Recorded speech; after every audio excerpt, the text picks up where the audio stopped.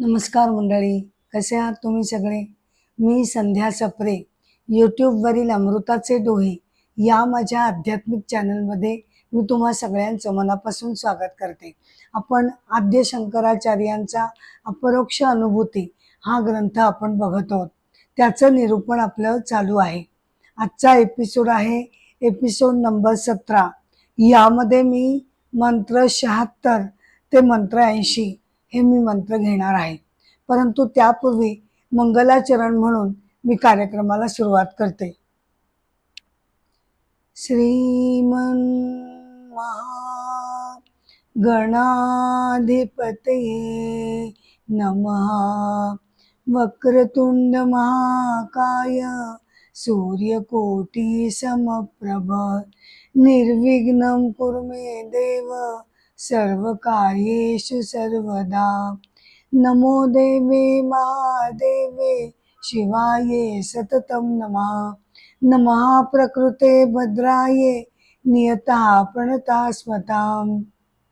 कृष्णाय वासुदेवाय हरये परमात्मने प्रणतक्लेशनाशाय गोविंदाय नमो नमः.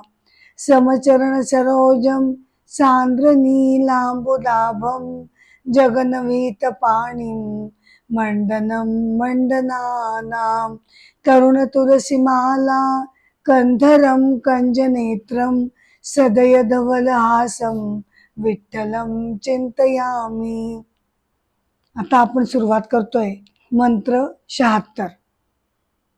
पोतेन गच्छतः पुंसः सर्व भातीव चंचलम तदद्व आत्मनी देहत्वम पश्यत्य ज्ञानयोगतः. म्हणजे काय की ज्याप्रमाणे एखादा मनुष्य जर नदी पार करताना होडीमध्ये बोटीमध्ये बसला असेल तर आजूबाजूच्या ज्या गोष्टी असतात त्या फिरत आहेत, हलत आहेत असा भास होतो. त्याचप्रमाणे आपलं काय घडतं की अज्ञानामुळे आपल्याला असं वाटतं आपण शरीराने मन आहोत, वस्तुतः आपण आत्मतत्व आहोत.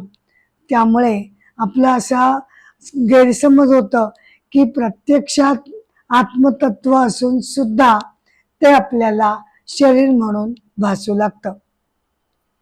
आता इथे आपण तत्वमसी या महावाक्याचा आपण अर्थ बघूया. आपण जाणतो की उपनिषदांमध्ये एकूण 4 महावाक्य आलेली आहेत. त्यापैकी छांदोग्य उपनिषदामध्ये जे सामवेदामध्ये आहे त्यामध्ये तत्वमसी हे महावाक्य आलेले आहे. महावाक्य कशाला म्हणतात? जर ज्या वाक्यातून आत्मा आणि परमात्मा यांचं एकोपा किंवा ऐक्य ज्याद्वारे दाखवलं जातं त्याला महावाक्य असं म्हटलं जातं.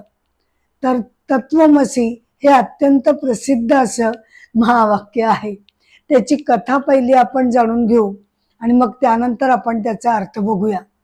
की छांदोग्य उपनिषदामध्ये अशी कथा आली की महर्षी उद्दालक जे होते त्यांचा पुत्र श्वेतकेतू हा तेव्हा 12 वर्षाचा झाला तरी सुद्धा गुरुकुलामध्ये काही जाईना. त्याचं काही लक्षणच दिसेना. तिकडे जायचं काही ना काही कारण तो छोटा मुलगा देत राहायचा. शेवटी तो 12 वर्षाचा झाल्यानंतर महर्षींनी त्याला गुरुकुलामध्ये पाठवलं आणि मग 12 वर्षे शिक्षण घेऊन तो जेव्हा 24 वर्षाचा एक युवक म्हणून इथे आला घरामध्ये, तेव्हा उद्दालकांनी त्यांना विचारलं, काय रे तू एवढं सगळं शिक्षण तिथे घेतलंस तर तुला आत्मज्ञानाबद्दल तू तिकडे काही जाणलंस का? आत्मज्ञान त्यानं विचारलं. हे काय? हे मला काहीच माहिती नाही. मला त्याबद्दल काही सांगितलं गेलं नाही. आपण कृपया मला ते जाणून जाणीव त्याची करून द्यावी. ठीक आहे, उद्दालक महर्षी त्याला म्हणाले. आणि मग त्यांनी आपल्या मुलाला श्वेतकेतूला आत्मज्ञान देण्यासाठी आधी पहिल्या काही गोष्टी समजावून सांगितल्या. जसं की मातीचे जे वेगवेगळे घट असतात जे आपल्याला दिसत असतात त्यांचा नाम रूप रंग आणि आकार हे जरी वेगवेगळं असलं तरी प्रत्यक्षात माती हेच त्याचं मूलभूत सगळ्यांचं एकच अधिष्ठान आहे. किंवा सोनं जर घेतलंस तर दागिने अनेक प्रकारचे तुला बघायला मिळतात, परंतु त्या सगळ्या दागिन्यांमध्ये एकच मूलतत्व आहे, ते म्हणजे सोनं. त्याचप्रमाणे परम जगत हे सगळं जे जगत तुला दिसतंय, त्याचा पसारा तुला दिसताय, त्यातील वैविध्यता प्रचंड आहे. करोडोनी गोष्टी इथे आहेत, परंतु सगळ्यामध्ये एकच एक ईश्वरीय तत्व, चैतन्य तत्व म्हणजेच आत्मतत्व दडलेलं आहे. त्यासाठी त्यांनी मग श्वेतकेतूला असं सांगितलं, हे बघ बाळा, समोर जा, तिथे वटवृक्ष जो दिसतोय त्यातलं फळ घेऊन ये. बर, श्वेतकेतू गेला, त्यानं वटवृक्षाचं फळ आणलं. आता ते फळ फोड. काय दिसतंय तुला? बिया दिसतायत. ठीक आहे, बी फोड. त्यानं बी फोडली. काय दिसतंय तुला? काहीच नाही. म्हणजेच हे जे सारभूत असं सूक्ष्म तत्व आहे बर का, प्रत्येक बीजामध्ये वृक्ष होण्याची जी क्षमता आहे ती या बीजामध्ये आहे, परंतु त्याचं मूलभूत सूक्ष्म तत्व आपण डोळ्यांनी बघू शकत नाही. असं जरी असलं तरी सुद्धा तू हे जाणतोस की या मूलभूत सारभूत सूक्ष्म तत्वामुळेच हा वटवृक्ष मोठा दिमाखामध्ये मोठ्या फैलावलेला आहे. अगदी त्याचप्रमाणे हे परम जगत जे आहे त्याचं सत्यत्व तू जाण. ते केवळ आणि केवळ विचारांनी आणि श्रद्धेनंच आपण ते जाणू शकतो. कारण असं आहे की ते सूक्ष्म तत्व आपल्या इंद्रियांच्या अतीत आहे. शब्द त्याला वर्णन करू शकत नाहीत. वाणीच्या ते अतीत आहे, इंद्रियांच्या मनबुद्धीच्या ते अतीत आहे. त्यामुळे त्याचा आपल्याला प्रत्यक्ष अनुभवच घ्यावा लागतो, परंतु त्याचं जे व्यक्तीकरण आहे ते मात्र सगळीकडे आपल्याला दिसू शकतं. त्यामुळे आपण उलट्या दिशेनं प्रवास केला, व्यक्तीकरणातून आपण हे मान्य केलं की त्याच्या प्रत्येकाच्या पाठीमागे हे चैतन्य तत्व आहे, तर त्या दृष्टीनं सुद्धा ते सिद्ध होतं. आता तत्वमसी म्हणजे काय? तर काय आहे ना, की जेव्हा साधकाला अध्यात्म मार्गामध्ये हळूहळू साधनेनं, तपस्येनं संसारातील सगळं जे सार आहे, जे आपण सर्वस्व म्हणून कवटाळत होतो, ते शेवटी असार आहे, बदलणारं आहे, क्षणभंगूर आहे आणि विनाशी आहे.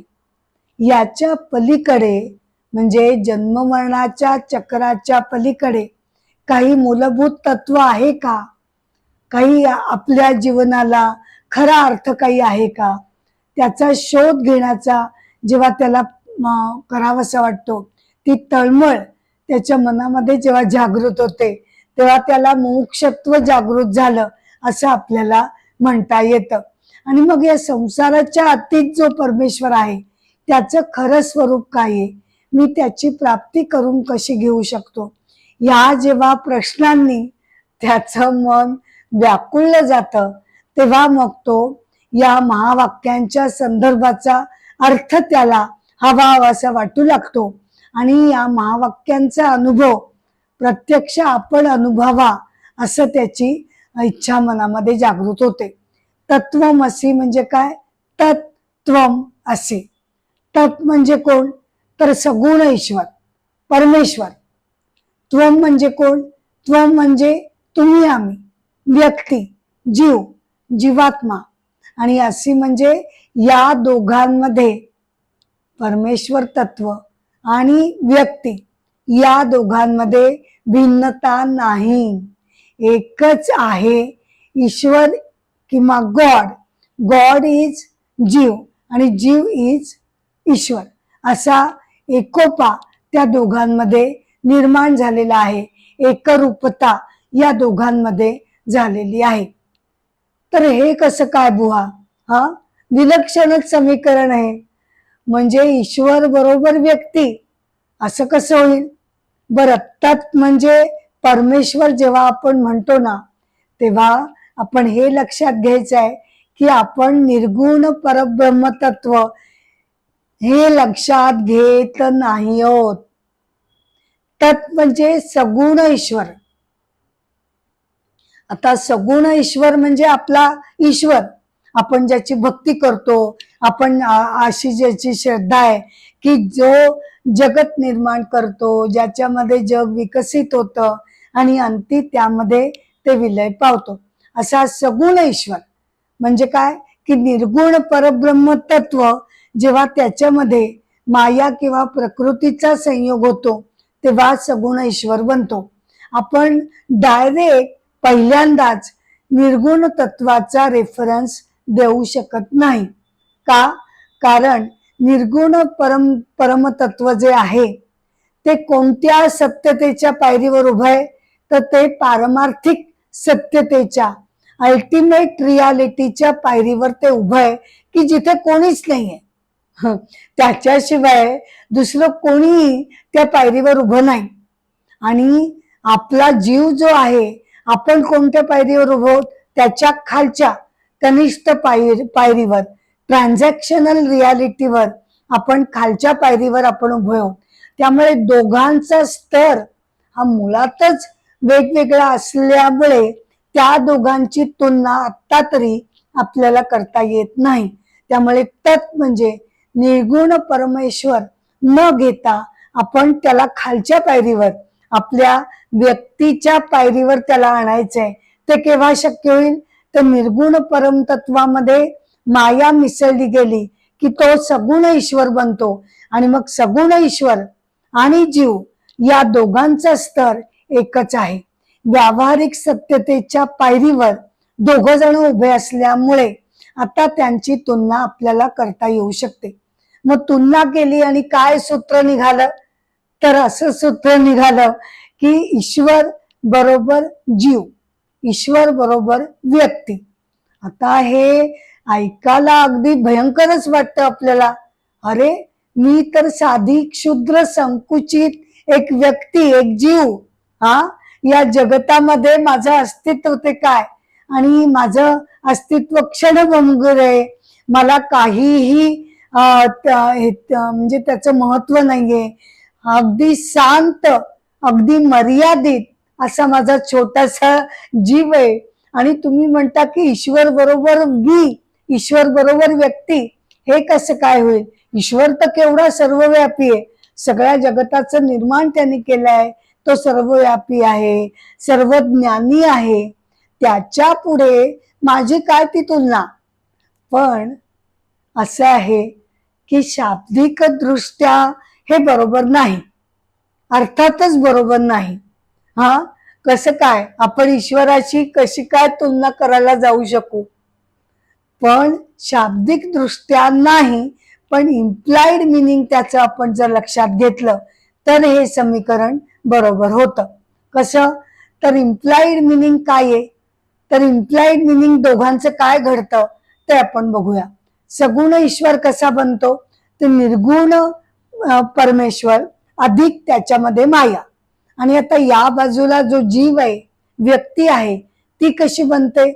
तर ती बनते जीव निर्गुण परमतत्व अधिक माया. आपल्यामध्ये सुद्धा दोन्ही घटक आहेत.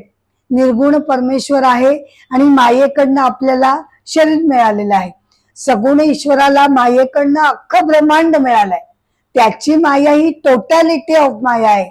आणि आपल्याला जी माया मिळाली आहे तर एकमेव शरीर, त्यातला थोडासा भाग, परंतु ती मायाच आहे. दोन्हीकडे माया आहे. त्यामुळे दोन्हीकडे माया असल्यामुळे, कॉमन फॅक्टर असल्यामुळे, दोन्ही जर आपण बाजूला केले तर आपल्याला काय लक्षात येतं की ईश्वराची फंडामेंटल रियालिटी, सगुण ईश्वर जो निर्मिती करतो जगताची, त्याची फंडामेंटल रियालिटी काय आहे? माया बाजूला केली तर त्याचं फंडामेंटल सत्य हे निर्गुण परमेश्वर तत्व आहे. त्याचप्रमाणे जीवाची समजा शरीर त्याचं वेगळं केलं, शरीर मन, तर काय उरतं? तर त्याचं जे मूलभूत पाया आहे निर्गुण परमतत्व तो त्यामध्ये उरतो.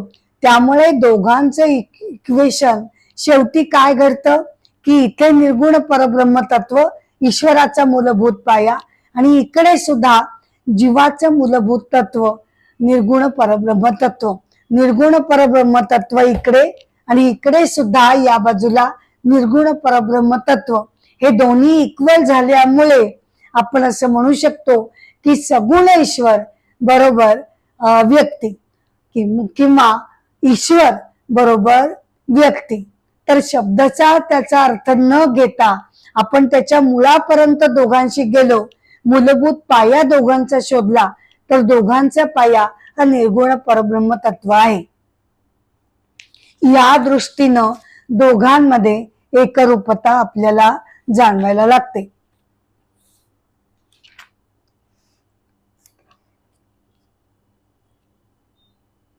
आता वळूया मंत्र 77. पीतत्वं हि यथा शुभ्रे दोषात भवती कस्यचित तद्वद आत्मनी देहत्वं पश्यत्य ज्ञानयोगतः.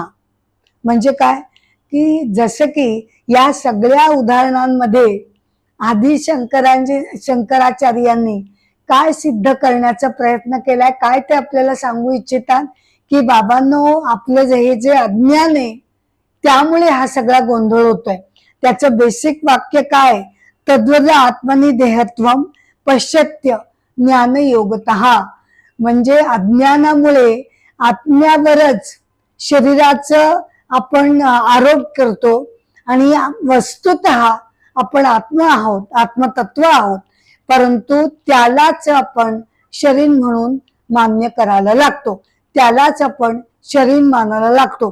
हे सगळं केव्हा आपलं अज्ञान नष्ट होईल, जर आपण आत्मज्ञान करून घेतलं तरच हा जो आपल्याला भ्रम झालेला आहे की मी म्हणजे शरीर आणि मन आहे, वस्तुतः मी म्हणजे आत्मतत्व आहे. आणि ते दाखवण्यासाठी ही सगळी उदाहरणं आदि शंकराचार्य देत आहेत. या मंत्र 77 मध्ये ते म्हणतात की जसं कावीळ झालेल्या रोगीला, बर का, कावीळ झालेल्या रोगीला पांढरं सुद्धा पिवळंच दिसतं, सगळं त्याला पिवळं पिवळं भासू लागतं. त्याचप्रमाणे अज्ञानाच्या रोगामुळे आपण काय बघतो की वस्तुतः आत्मतत्व आहे, पण त्याला आपण शरीर म्हणून मानायला लागतो.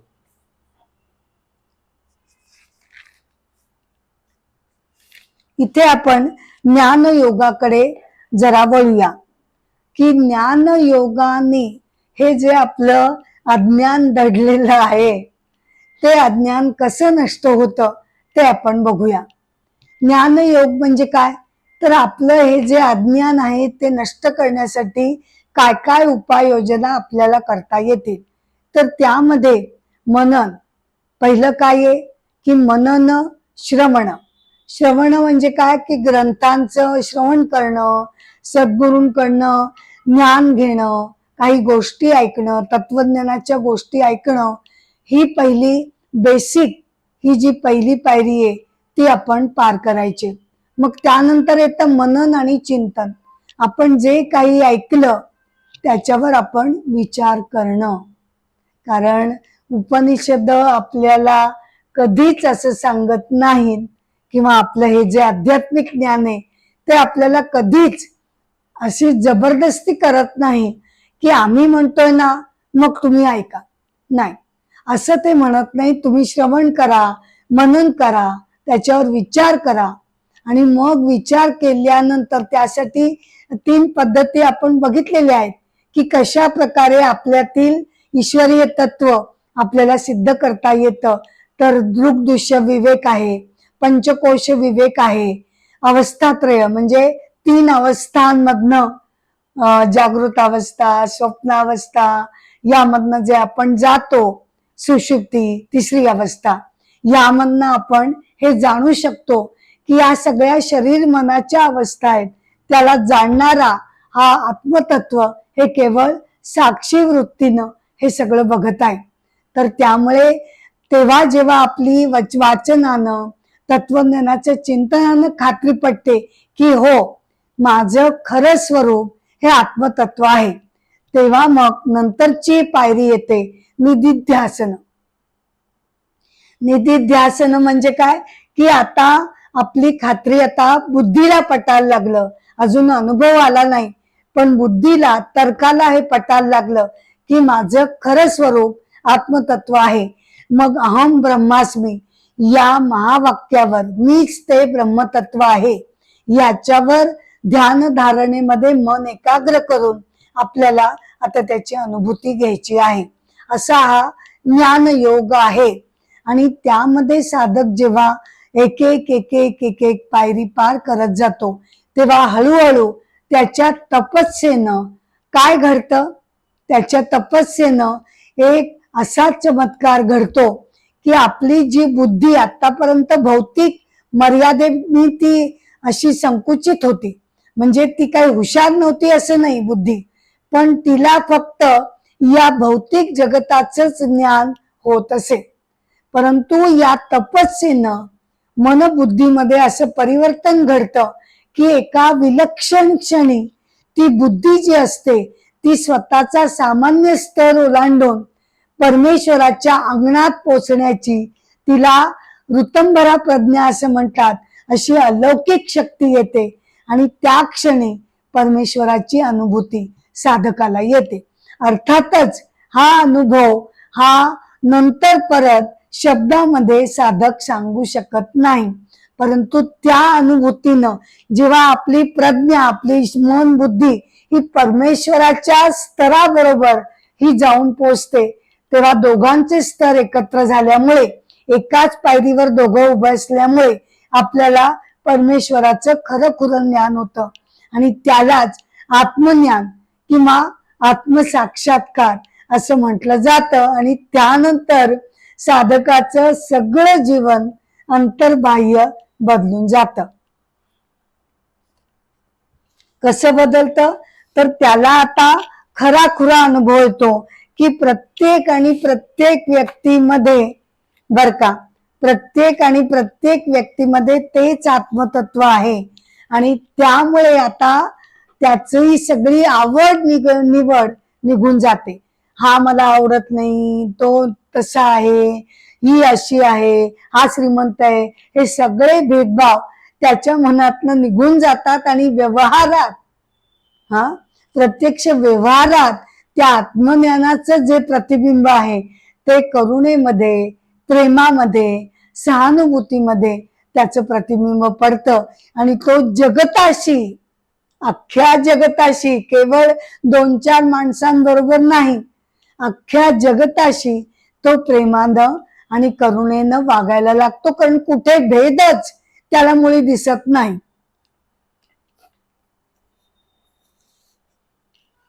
आता आपण बघूया एक कथा.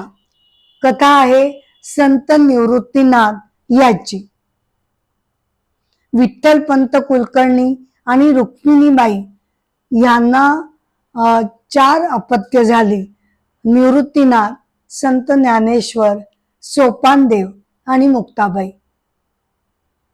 निवृत्तीनाथांचे वडील मुळात अत्यंत विरक्त स्वभावाचे होते, परंतु त्यांचं लग्न झालं पण त्यांचं मन संसारामध्ये काही रमेना. आणि मग काय केलं त्यांनी पत्नीला न विचारताच बर का, तिची परवानगी न घेताच एक दिवस ते भ्रमण यात्रेला निघून गेले आणि त्यांचे गुरु स्वामी रामानंदाचार्य यांना त्यांनी गुरु केलं आणि त्यांच्याकडे ते शिक्षण घेऊ लागले. परंतु झालं काय की विठ्ठलपंतांचे जे गुरु होते त्यांना कोण भेटलं की काय झालं की अचानकपणे विठ्ठलपंत निघून गेले आणि रुक्मिणीबाई अगदी हताश झाल्या. तेव्हा त्या त्यांच्या वडिलांबरोबर तीर्थयात्रेला आपल्या नवऱ्याला शोधायला म्हणून गेल्या.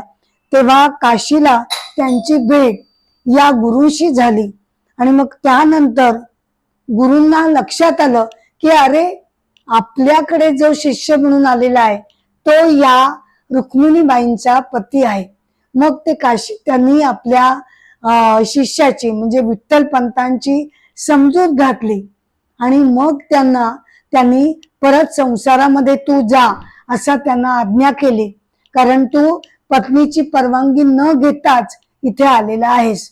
मग त्यामुळे काय झालं की पत्नीची परवानगी न घेतल्यामुळे गुरूंच्या आज्ञेवरनं परत विठ्ठलपंतांनी संसार सुरू केला. परंतु झालं काय की त्यानंतर 4 मुलं जेव्हा झाली तेव्हा समाजानं त्यांना वाडीत टाकलेलं होतं की संन्यास एकदा घेतला मग परत संन्यासी संसारामध्ये आला, हे सगळं त्या समाजाने मान्य केलं नाही आणि त्यांना अक्षरशः वाडीत टाकलं, त्यांचे अपमान करू लागले. त्यांना समाजामध्ये ते समारंभामध्ये संस्कारांमध्ये त्यांना ते घेईनात, त्यांच्याशी जमवून घेईनात. तेव्हा विठ्ठलपंतांना काळजी वाटू लागली की आपल्या मुलांवर कसे योग्य संस्कार होणार, त्यांना वेदांताचं त्या काळचं शिक्षण तरी त्यांना मिळणार की नाही अशी चिंता त्यांना वाटू लागली आणि त्यांनी यावर उपाय काय हा मार्ग विचारला.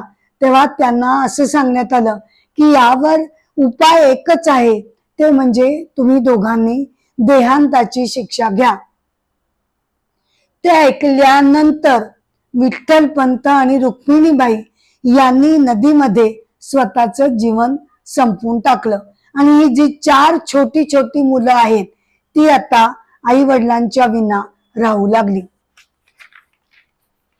आई वडील जेव्हा त्यांच्या बरोबर होते तेव्हा एकदा काय झालं की ते भ्रमण यात्रेला असताना ब्रह्मगिरी पर्वताची ते प्रदक्षिणा करत असताना वाटेमध्ये अचानकपणे वाघ समोर आला आणि हे सगळे जण इकडे तिकडे जाऊ लागले.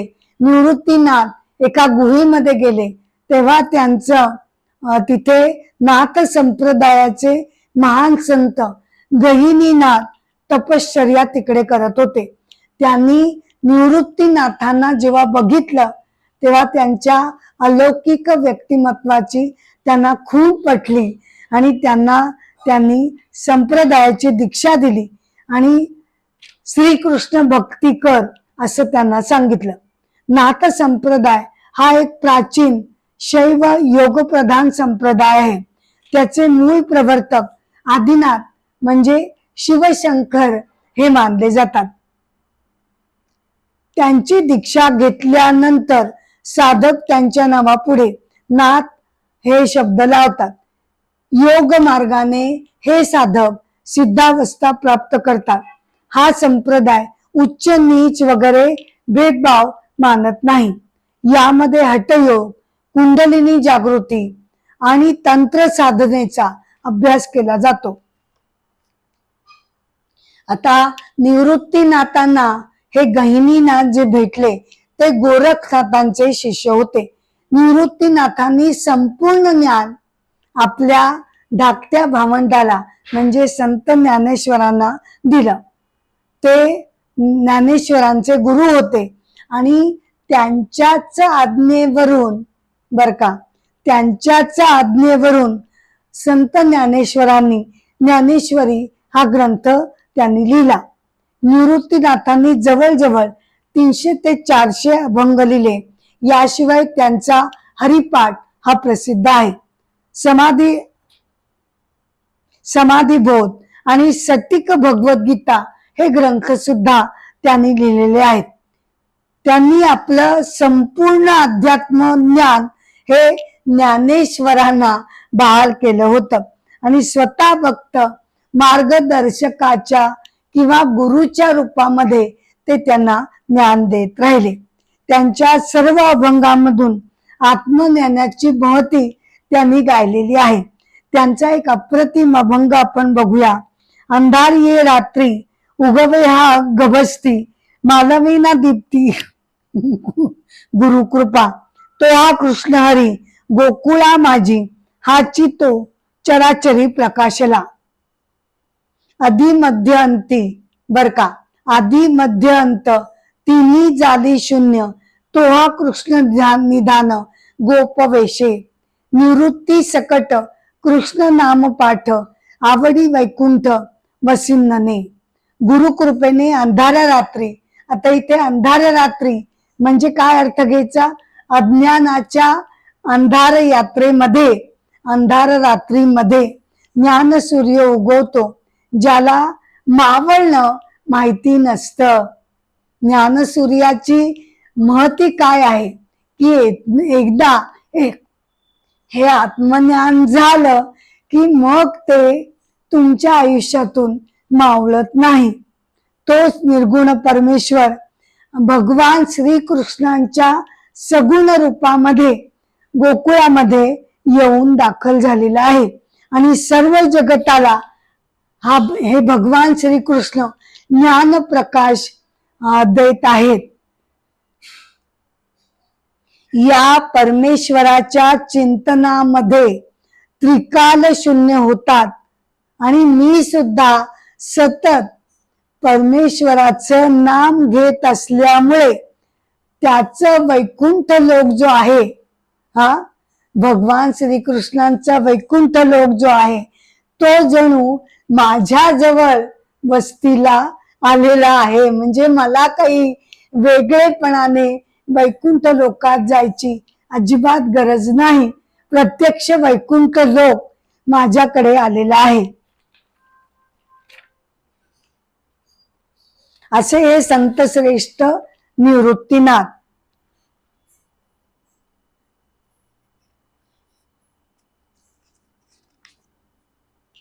मंत्र 78.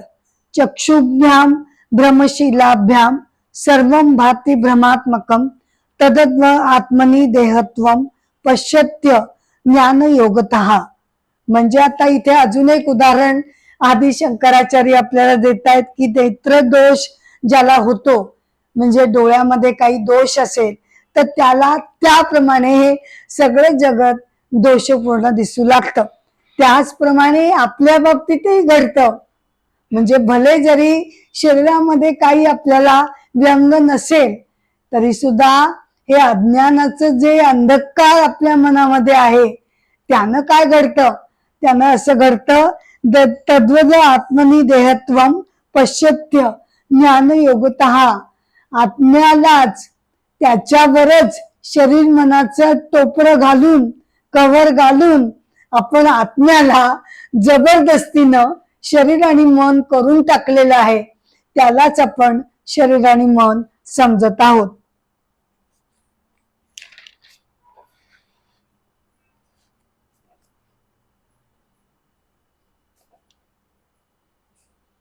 मंत्र 79.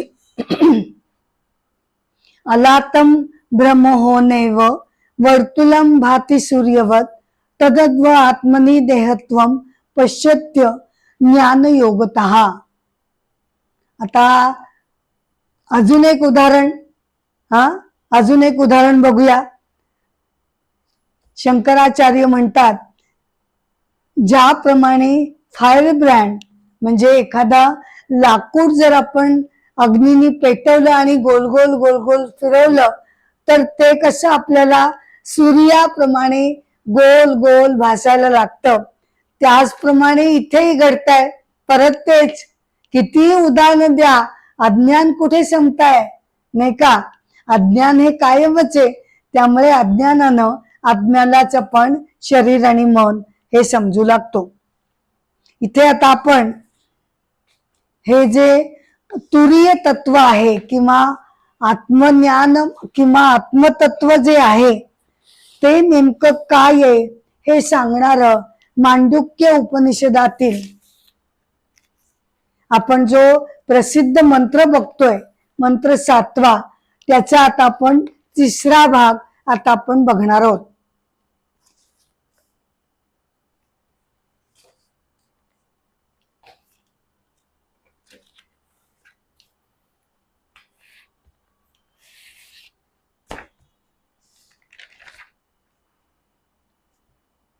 मांडुक्य उपनिषद मंत्र 7वा. न अंतप्रज्ञम न बहिप्रज्ञम. अंतप्रज्ञम म्हणजे काय, तुरीयचं हे सगळं वर्णन चालू आहे. तुरीय म्हणजे कोण, तुरीय म्हणजे आपल्यातील दडलेलं आत्मतत्व.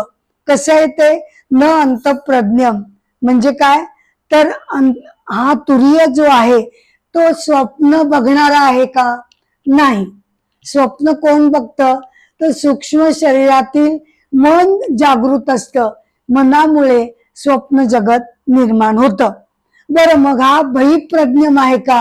हा जागृतावस्थेतला हा आहे का? नाही, या सगळ्या अवस्था आहेत, या शरीर आणि मनाच्या अवस्था आहेत.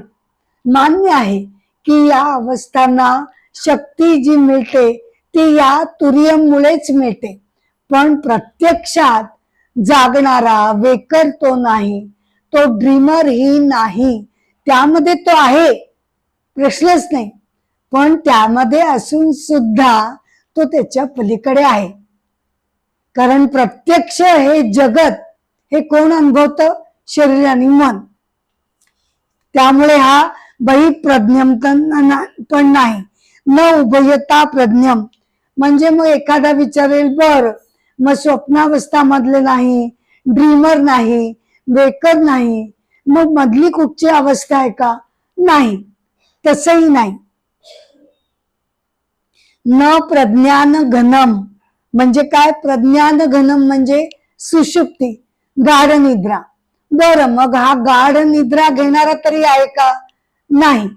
या सगळ्या अवस्थांना तो साक्षीत्वानं बघत आहे. इथे आपण इलेक्ट्रिसिटीचं उदाहरण घेऊ शकतो की इलेक्ट्रिसिटी पंख्यामध्ये आहे, हा एअर कंडिशन मध्ये आहे, सगळीकडे आहे. त्याच्यामुळेच पंख्याला गती मिळते, एअर कंडिशन चालू होतो, दिवा चालू होतो. परंतु दिवा म्हणजे इलेक्ट्रिसिटी आहे का? पंखा किंवा फॅन म्हणजे इलेक्ट्रिसिटी आहे का? नाही. ती सगळ्यांमध्ये आहे, परंतु त्यांच्या अतीत सुद्धा ती आहे. त्याचप्रमाणे हे तुरीय तत्व जे आहे ते ट्रान्सेंडंट आणि इमॅनंट एकाच वेळेला, ते ट्रान्सेंडंट म्हणजे अतीत सुद्धा आहे आणि इमॅनंट म्हणजे त्यांच्यामध्ये सुद्धा ते बसलेलं आहे. मग नंतर न प्रज्ञम. प्रज्ञम म्हणजे कोण? प्रज्ञम म्हणजे सगुण ईश्वर. तो सगुण ईश्वर आहे का? तुरीय म्हणजे नाही, कारण तुरीय हा निर्गुण आहे. तुरीय म्हणजे आत्मतत्व, ते सगुण होत नाही, ते निर्गुण परमतत्व आहे. न प्रज्ञम म्हणजे मग ठीक आहे, काहीच नाही का? स्वप्न बघणारा नाहीये म्हणताय तुम्ही, जागणारा तो नाही, सुषुप्ती मधला तो नाही, म्हणजे मग थोडक्यात ते शून्यच आहे की काय? तर तसही नाही. आपण बघितला मागे नेती नेती शब्दाचा अर्थ बघितला की नाही? पहिला नेती काय सांगतो की जगतातली कोणतीही गोष्ट, सूर्य, चंद्र, तारे, नदी म्हणजे ते नाही. बर, पहिल्या नेतीचा हा अर्थ झाला. अच्छा, म्हणजे मग ते शून्यच आहे होय, काहीच नाही. तर तसही नाही हे सांगणारा दुसरा नेती अप्रज्ञम, तो तसाही नाही, तो आहे, ते पूर्णत्व आहे, ते शून्यत्व नाही, ते परमतत्व आहे. म्हणून जगताचा डोलारा आपल्याला दिसतो आहे, तो आहे म्हणून सूर्यचंद्र प्रकाशित आहेत, तो आहे म्हणून सगळीकडे जाणीव तत्व आहे, ते आहे म्हणून जगताचा डोलारा चालू आहे. त्यामुळे त्याला शून्यत्व कधी म्हणता येणार नाही. या उलट ते पूर्णत्व आहे. जगताला परिपूर्णता या परमतत्वानं प्राप्त झालेली आहे. परत ते कसं आहे? अदृष्टम आहे, म्हणजे मी डोळ्यांनी त्याला बघू शकत नाही. आणि आपलं कसं होतं की डोळ्यांनी दिसत नाही, स्पर्शाने जाणता येत नाही, कानाने ऐकता येत नाही, चव घेता येत नाही. हा, म्हणजे मग मला कळत नाही ना, म्हणजे मग ते नाहीच. परंतु आपल्या ज्ञानेंद्रियाच्या त्या पलीकडे असल्यामुळे आपण त्याला जाणू शकत नाही. अग्राह्यम म्हणजे काय? की आपण त्याला ग्राह्य ग्रहण करू शकत नाही, त्याला जाणू शकत नाही. आपण आता बघितलं आत्मज्ञानामध्ये की ती केवळ आणि केवळ ही अलौकिक अशी अनुभूतीच घ्यावी लागते की जी शब्दांमध्ये आपल्याला मांडता येत नाही. ती अनुभूती सुद्धा केव्हा येते तर जेव्हा आपल्या ज्ञानेंद्रियांनी ही आपली भौतिक मर्यादा पार करून अलौकिक स्तरावर जेव्हा ती जाते तेव्हाच तो अनुभूती आपल्याला येऊ शकते. अव्यवहार्यम म्हणजे निर्गुण परमतत्वाशी आपल्याला व्यवहार करता येत नाही. कसं करणार? त्याला अवयव नाहीत, त्याला डोळे कान नाक नाहीत, ते निर्गुण आहे, अज आहे, अविकारी आहे. मग कारभार त्याच्याबरोबर करायचा तरी कसा?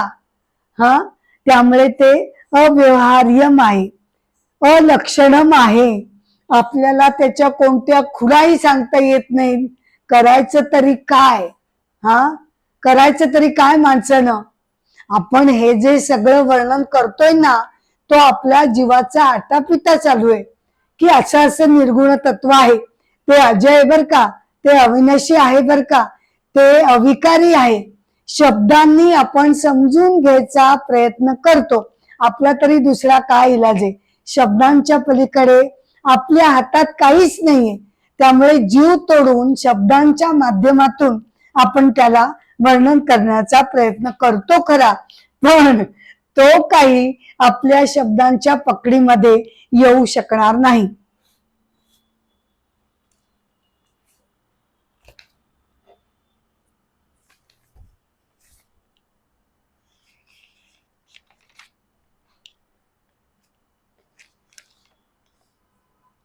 आता वळूया मंत्र 80 कडे. महत्वे सर्व वस्तूनाम अनुत्वम ही अतिदूरतः तद्वद आत्मनि देहत्वम पश्यत्य ज्ञानयोगतः. आदि शंकराचार्य म्हणतात, किती वेळा मी तुम्हाला सांगू, तद्वद आत्मनि देहत्वम पश्यत्य ज्ञानयोगतः. आत्म्यावर शरीर मनाचं आवरण घालून आपण व्यक्ती म्हणून वावरतोय, हे सगळं ठीक आहे. व्यावहारिक सत्यतेवर ते अपरिहार्य आहे, सगळं खरंय. पण तुमचं मूळ स्वरूप आत्मतत्व आहे हे मात्र आपल्याला ज्ञान होत नाही. ज्याप्रमाणे गोष्टी जरी प्रत्यक्षात मोठ्या असल्या तरी जर आपण खूप दूरवरनं त्याला बघितलं तर त्या मोठ्या गोष्टी आपल्याला छोट्या दिसतात. अगदी त्याचप्रमाणे आपल्या अज्ञानाचा महिमा, मला तर कधी कधी असं वाटतं की ज्ञानाचा महिमा गाणं एक वेळ सोपं आहे, पण अज्ञानाचा महिमा हा अथांग आहे. किती त्याचं वर्णन करा, त्या अज्ञानाचं वर्णन काही केल्या पूर्ण होत नाही. अज्ञानाने ते आपल्याला कळवळून सांगतायत की अज्ञानाने तुम्ही आत्मतत्वाला देह मानत आहात. आता इथे आपण एपिसोड 17 पूर्ण करतोय. त्याची सांगता एका कथेनं मी करते. एपिसोड 17 मध्ये आपण मंत्र 76 ते मंत्र 80 बघून झालेले आहेत. कथा आहे आंधाळ या संत कवयित्रीची. श्री वेलीपुत्तर इथे आंधाळचा जन्म झाला. ती अलवार पंथापैकी एक मानली जाते. अलवार म्हणजे कोण? तर जे श्रीकृष्णाचे परमभक्त आहेत त्या संतांना अलवार भक्त असं म्हटलं जातं. एकूण प्रसिद्ध असे 12 अलवार संत आहेत, त्यापैकीच आंधाळ ही त्यामध्ये मोजली जाते. आता तिची जन्मकथा मोठी विलक्षण आहे बर का. म्हणजे एकदा विष्णुचित्त अलवार हे सुद्धा प्रख्यात अलवार होऊन गेले. त्यांनी काही लग्न वगैरे केलं नव्हतं, परंतु त्यांच्या मनामध्ये अशी इच्छा होती की आपल्याला एखादी कन्या असती तर खूप बरं झालं असतं. आपण तिचे खूप लाड केले असते, तिचं नीट कौतुकानं सांभाळ केला असता. आणि जणू काही त्यांची ही इच्छा परमेश्वरानं ऐकली आणि त्याची पूर्ण करण्याचं ठरवलं. एके पहाटे जेव्हा विष्णुचित्त अलवार हे वेलीपुत्तर येथे एका श्रीकृष्ण मंदिरामध्ये ते प्रमुख पुजारी म्हणून काम करत होते. एकदा पहाटे ते उठले आणि अंगणामध्ये ते जात असताना एका लहानशा जीवाचा रडण्याचा आवाज त्यांच्या कानावर आला. त्यांना अगदी आश्चर्य वाटलं की एवढ्या पहाटे इथे कोणत्या बाळाच्या रडण्याचा आवाज ऐकू येतोय. ते धावत इकडे तिकडे बघू लागले तर एका टोपलीमध्ये एक अगदी छोटस बाळ रडत होतं. ते धावत तिकडे गेले, तिला जवळ घेतलं, तिच्या आई वडिलांचा शोध घेण्याचा त्यांनी प्रयत्न केला, पण त्यांना काही ते सापडले नाही. मग त्यांच्या मनाने असं घेतलं की आपली इच्छा परमेश्वरानं जणू काही मान्य केली आणि त्याच्या कृपा प्रसादानं आपल्याला ही कन्या प्राप्त झाली आहे. मग तिचं नाव त्यांनी कोदे ठेवलं. कोदे म्हणजे सगळ्यांची रक्षण करते. मग आपल्या वडिलांच्या प्रेमळ सहवासात ही छोटी मुलगी वाढू लागली. मंदिरातच तिचं सगळं बालपण गेलं बर का. मंदिरामध्येच तिनं बाळकृष्णाच्या मूर्तीकडे एकटक बघावं, मान अर्पून त्याची पूजा करावी. आता व्हायचं काय की तिचे वडील तिला हार करायला देत असत, फुलांचे हार, आणि मग ते हार ते श्रीकृष्णाच्या गळ्यामध्ये घालत असत. रोजचं त्यांचं हे ठरलेलं असे. एके दिवशी काय झालं की त्यांनी हार गळ्यात ते घालणार, एवढ्यात त्यांच्या लक्षात आलं की हारामध्ये त्यांना एक मोठा केस सापडला. अरे बापरे, एवढा मोठा केस म्हणजे कोदेचाच दिसतोय. म्हणजे ही हार आपल्या गळ्यात घालत, आपल्या केसांमध्ये घालत होती की काय. त्यांना अतिशय संताप आला आणि त्यांनी रागारागानं तिला हाक मारायला सुरुवात केली. कोदे, कोदे इकडे ये बरं. कोदा धावत धावत आली. काय झालं, काय झालं मला विचारतेस तू? अगं तुला मी रोज हार गुंफायला सांगायचो, त्या आधी तू स्वतःच्या केसांमध्ये घालून घालून बघायचीस की काय. हा एवढा मोठा केस मला त्याच्यामध्ये आढळला. हो घालायचे, तिनं अगदी निष्पापपणे उत्तर दिलं. अहो काय आहे की आता भगवंतांना तो हार अर्पण करायचा, तर तो हार कसा झालाय हे बघायला नको का, म्हणून मी केसांमध्ये घालायची, आरशामध्ये बघायची, चांगला झाला असेल तरच देवाला अर्पण करायची. अरे देवा माझ्या कर्मा. पण मग नंतर त्यांचा सगळा राग निवळला. आपली छोटीशी ही 14-15 वर्षाची मुलगी, आपणच तिला सांगण्यात विसरून गेलो की बाई ग, देवाला जी हार वाहतात ते स्वतःच्या केसांमध्ये घालायचे नसतात. ती अजाण मुलगी काय करेल, निष्पाप मनानं तिच्या हातून घडलेलं आहे. परंतु तरी सुद्धा त्यांना काही चैन पडेना. मनातल्या मनात ते भगवंतांची 1000 वेळा त्यांनी क्षमा मागून झाली. शेवटी रात्री बर का, रात्री त्यांना स्वप्नामध्ये भगवंतांनी येऊन सांगितलं, अरे एवढा व्याकुळ तू होऊन जाऊ नकोस, असं काही मोठं पाप कर्म तिच्या हातून घडलेलं नाही. मला माहितीये ना की ती केसांमध्ये गजरा मारते म्हणून, काही हरकत नाही, ती माझी प्रिया झालेली आहे, हे लक्षात येत आहे का तुझ्या. असं म्हणून ते अंतर्धान पावले आणि विष्णुचित्त आळवार खडबडून जागे झाले. अरे बापरे, आपल्या लाडक्या लेकीनं तारुण्याच्या उंबरठ्यावर पाऊल ठेवलंय न ठेवलाय तोच तिनं मनोमन भगवंतांना आपला पती म्हणून तिनं विवरलाय की काय, अशी शंका त्यांना येऊ लागली. त्यांनी स्पष्टपणे तिला विचारलं तेव्हा ती म्हणाली, हो मी इतर कोणत्याही मनुष्याशी लग्न करू शकणार नाही. मी मनोमन भगवंतांची पूजा करते आणि त्यांची प्रार्थना करते आणि केवळ त्यांचाच मी पती म्हणून स्वीकार करीन. तिच्या त्या दृढ निश्चयापुढे विष्णुपत्तांचं काही चालेना. त्यांनी हताशपणे तिच्या निर्णयाला संमती दिली. मग मार्गशीर्ष महिन्यामध्ये सगळे 30 दिवस आंधळनं श्रीकृष्ण प्राप्तीसाठी कात्यायनी व्रत केलं. व्रताची सांगता झाली.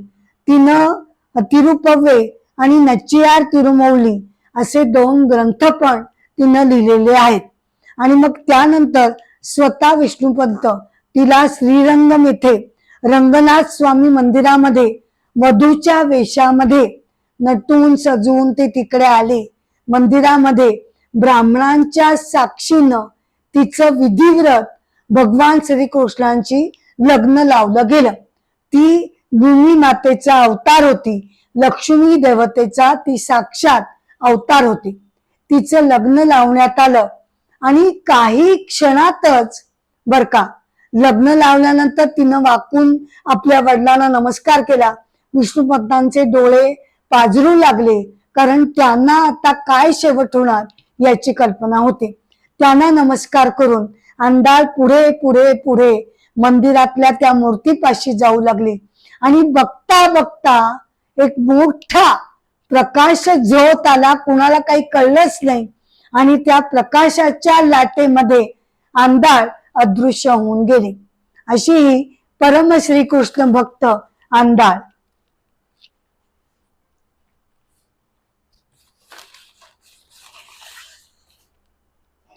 तिच्या या कथेबरोबरच एपिसोड 17 मी इथे समाप्त करते. यामध्ये आपण मंत्र 76 ते मंत्र 80 बघितलेले आहेत. एपिसोडची सांगता करण्यापूर्वी मी तुम्हाला नम्रपणे विनंती करते की कृपया माझ्या अमृताचे डोही या YouTube वरील आध्यात्मिक चॅनलला तुम्ही शेअर करावं, लाईक करावं, सबस्क्राईब करावं, ही माझी नम्र विनंती आहे. एपिसोडची सांगता मी गजरानं करत आहे. जय जय राम, राम कृष्ण हरी. जय जय राम, राम कृष्ण हरी हरी. राजा राम कृष्ण हरी, राजा राम कृष्ण हरी हरी. जय जय राम, राम कृष्ण हरी हरी. नमस्कार.